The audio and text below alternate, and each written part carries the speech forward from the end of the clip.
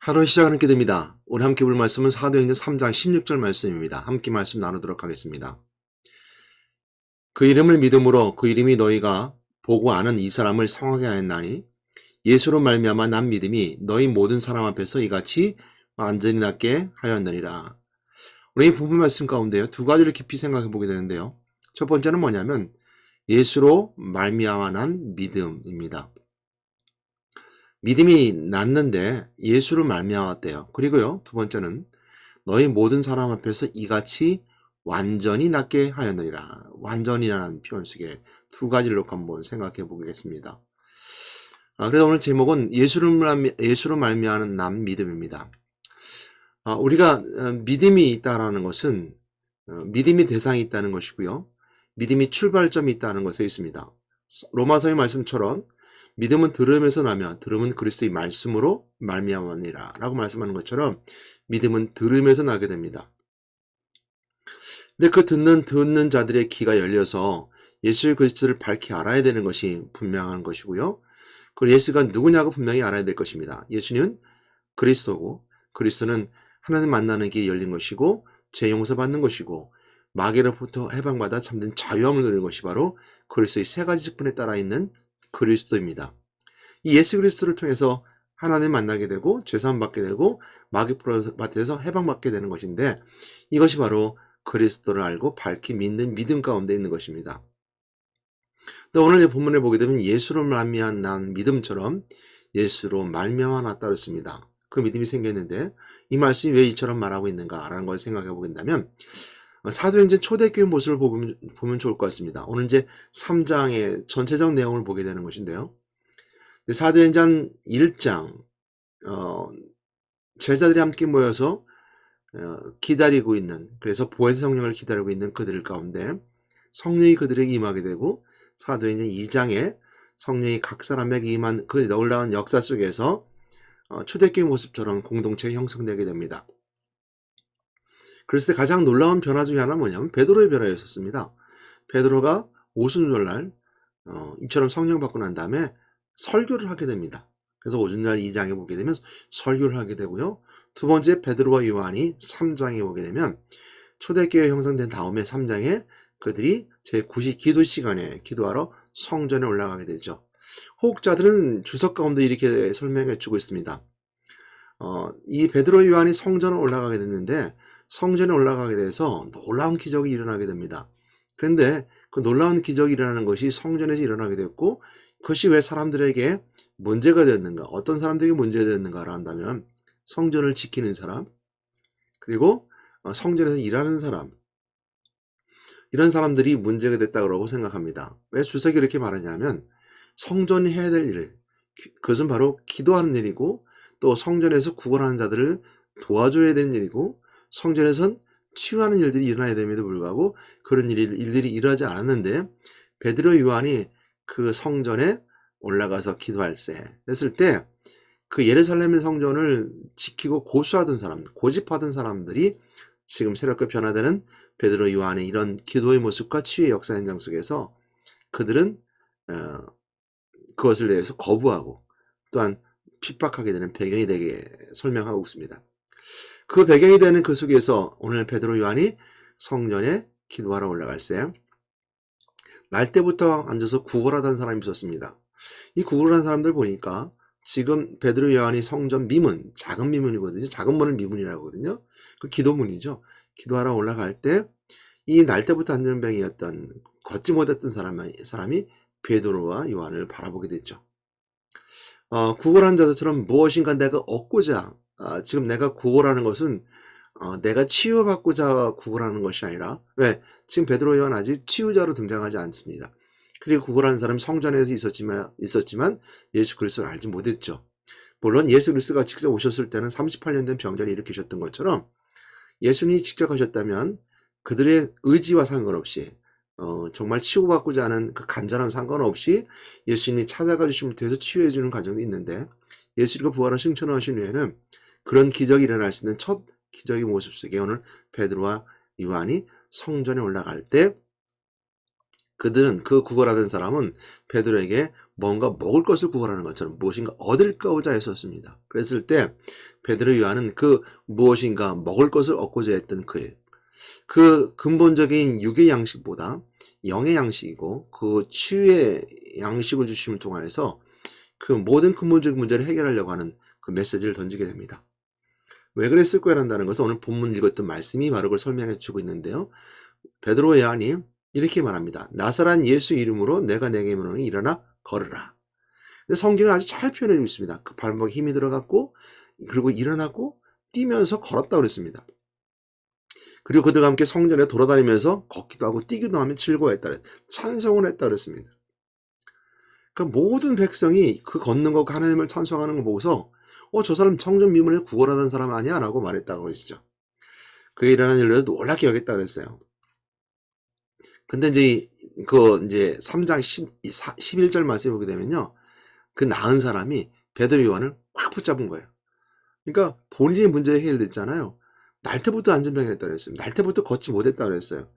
근데 날 때부터 걷지 못했던 그 구걸하던 사람이 지금 베드로 요한이 나사란 예수 이름으로 일어나 걸으라 라는 말씀을 듣고 그 오른손을 잡아 일으키니까 발목 힘이 들어가 일어났다고 했어요. 그러니까 지금 이런 베드로를 꼭 붙잡았죠. 그래서 베드로와 요한을 꼭 붙잡고 붙잡았을 때 베드로 요한이 솔로몬 행각에 모여서 그 되어진 일들에 대해서 설명하고 간증하고 있는 장면이에요. 무엇을 간증했겠어요? 백성들이 놀라니까요. 저건 날 때부터 안전병이었는데 근데 사람들은 아직까지 예수가 그리스도를 알지 못하고 깨닫지 못하니까 베드로와 요한을 혹시 선자처럼 구원자처럼 생각할 수 있는데 이렇게 베드로와 요한이 이렇게 말합니다. 왜 놀라느냐? 이렇게 일으킨 것이 내가 개인적으로 그러니까 뭐라 그러냐면 왜 놀라느냐? 이 일이 우리 개인의 권능과 경건으로 이 사람을 걷게 한 것처럼 왜 우리를 주목하느냐? 그렇지 않다는 거예요. 누가 이렇게 일으켰느냐? 바로 나사란 예수. 그래서 설명하기를 그 유대인들에게 성전에 앞에 있었으니까 유대인들에게 말하기를 아브라함을 들어서 또한 뒤에서 그 아브라함과 이삭과 야곱의 하나님 이렇게 말하면서 구약에 가장 맥이 되는 아브라함과 이삭과 야곱의 하나님을 들어서 그 그리스도를 설명해 주고 있습니다. 너희들은 그 그리스도를 거부했지만 그 생명을 주셨다라고 말하면서 오늘 생명의 주를 너희들이 죽였지만 깨닫지 못하고 알지 못하고 죽였지만 바로 그 이름으로 그래서 16절 말씀을 설명하는 거거든요. 그 이름을 믿음으로 그 이름이 너희가 보고 아는 이 사람을 성해야 했나니 예수로 말미암은 믿음이 너희 모든 사람 앞에서 이같이 완전히 낫게 했다 그랬어요. 그러니까 그 이름을 믿음으로 그 이름은 뭐죠? 나사렛 예수 그리스도의 이름이죠. 그래서 누구든 예수 그리스도 이름을 믿는 자마다 구원 은혜가 있게 되는데 가장 먼저 오늘 베드로는 그들에게 말씀해 주고 있습니다. 그래서 오늘 베드로 요한이 하는 사역 현장을 통해서 우리가 알 수 있는 것은 뭐냐면 치유 현장 가운데 가장 중요한 것은 내가 드러나지 않는 것입니다. 예수님께서는 본인을 드러내셨어요. 왜?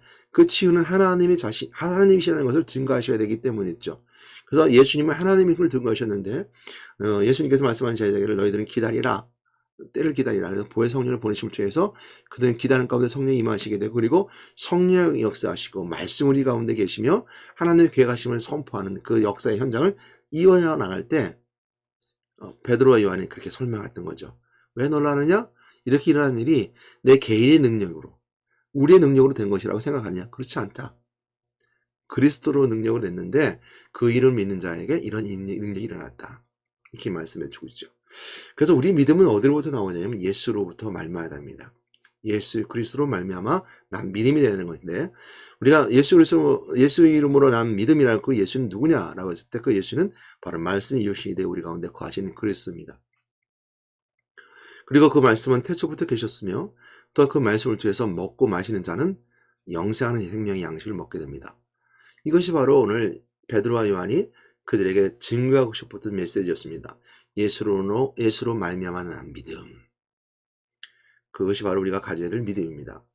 우리 믿음은 여러 가지 생각해 볼 수 있습니다. 길을 걸어가면서 은행을 믿는다든지 사람을 믿는다든지 형제를 믿는다든지 내 자녀를 믿는다든지 많은 이웃과 친구들을 믿는다든지 아주 좋은 말대로 우정, 의리라고 말하면 사람을 믿고 살아갑니다.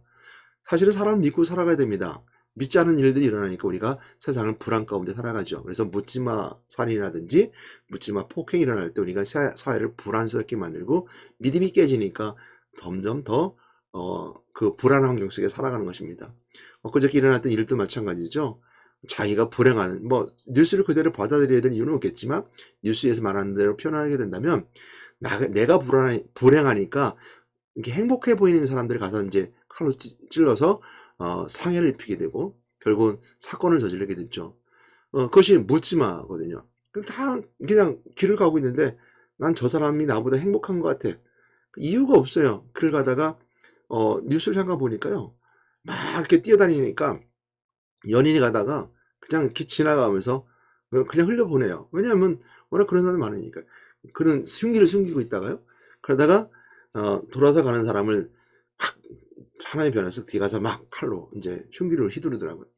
그러니까 뭐 속수 없이 이제 뭐 그냥 당하는 거죠. 이것이 우리가 믿음이 깨진 사회의 모습입니다. 그러니까 믿음은 사회에 꼭 있어야 되는 것들이에요.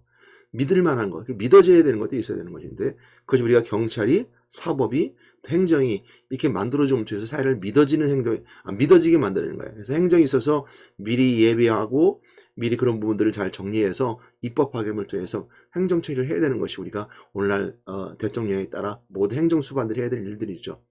그러나 그것을 지키지 않는 자들에게는 뭐요?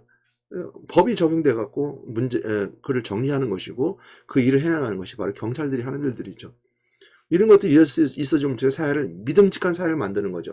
행정권이라든지 사법권이라든지 또한 이렇게 할 수 있는 경찰의 수사권 이런 것이 다 그 속에서 이루어지면서 믿어질 만한 사회를 만드는 것이죠. 그러나 우리 가면 갈수록 이런 일이 일어날 겁니다. 믿음이 깨지는 사회, 믿음이 없어지는 사회. 그런 걸 통해서 우리가 오늘 예수로 말미암은 난 믿음이라는 제목을 통해서 우리가 예수로 시작하는 믿음을 통해서 그 믿음이 출발해야 된다. 우리가 그냥 사회 믿는 것처럼 믿어서 종교 생활하는 것이 아니라 그러니까 대상이 없는 대상 없는 믿음 생활하는 것이 종교 생활이거든요. 그래서 나를 출발해서 믿음의 대상을 만들어가는 것 이것이 바로 이제 종교 생활입니다. 우리는 하나님 우리가 믿음의 대상을 분명히 제시해 줬어요.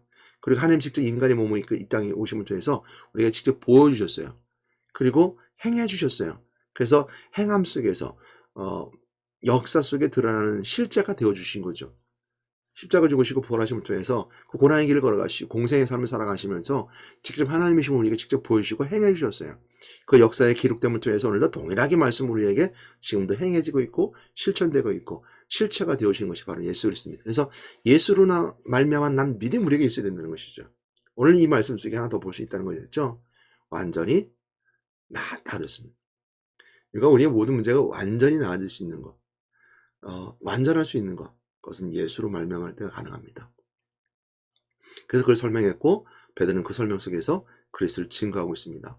오늘 여러분들이 이렇게 말씀하고 싶습니다. 오늘 베드로가 증거했던 것처럼 동일하게 여러분을 말씀하고 싶어요. 예수로 말미암은 난 믿음을 가지라는 것입니다.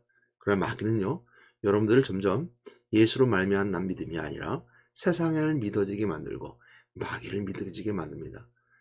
가면 갈수록 타락의 것을 믿어지게 만듭니다. 세상은 원래 이래. 사람이 원래 이렇게 불행한 거야. 라고 말하면서 세상은 이렇게 악한 거야. 누구 걸 뺏어야 되며 밟고 올라서야 되며 내가 누군가를 시기하고 뺏어야 되며 이것이 바로 정답이야. 세상이 이렇게 살아가야지만이 내가 행복할 수 있어. 누군가 불행을 바라보면서 즐거워합니다. 이것이 폭행하고 또한 살인을 저지르면서 그 사람의 불행을 즐거워하는 거. 이건 마귀가 주는 믿음이죠. 세상 그런 것에 믿음이 가지고 살아가면 안 됩니다. 그것이 사람들에게 영웅스러워 보일 수 있고 사람들로 하여금 하지 못하는 걸 할 수 있는 능력이 있는 것처럼 보이지만 절대적으로 그것은 되어지지 않은 믿음입니다. 마귀가 주는 믿음이 아니라 예수로 말미암은 믿음, 그 믿음 가운데 살아가는 여러분 되시기를 주님의 이름으로 축복합니다.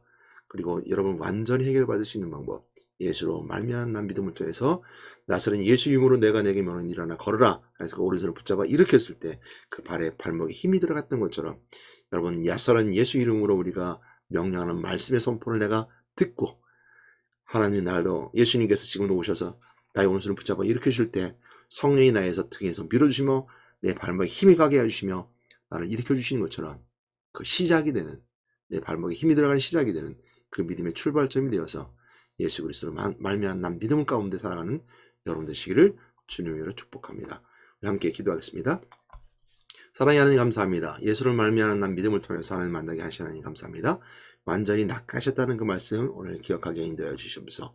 베드로 요한은 기도하러 성전에 올라갔었습니다. 그러나 성전 안에 있던 사람들은 성전의 기능을 제대로 못하니까 베드로가 예수 그리스도 이름으로 명령함을 통해서 그 안진뱅이를 치유하고 사람들을 모아 삼기 말씀으로 그리스도를 증거했던 것들을 통해서 성전 안에 지키던 사람은 그것이 미워했고 시기의 시작이 되었으며 그리고 또한 그것을 통해서 오늘 성전에 해야 될 분명한 일을 베드로와 야고보 보여줬던 것처럼 우리 교회 안에서 마찬가지로 예수가 하셨던 말씀에 따라 가르치고 치유하고 선포하는 사역이 은혜 가운데 증거되는 교회의 모습 되게 인도해 주시옵소서.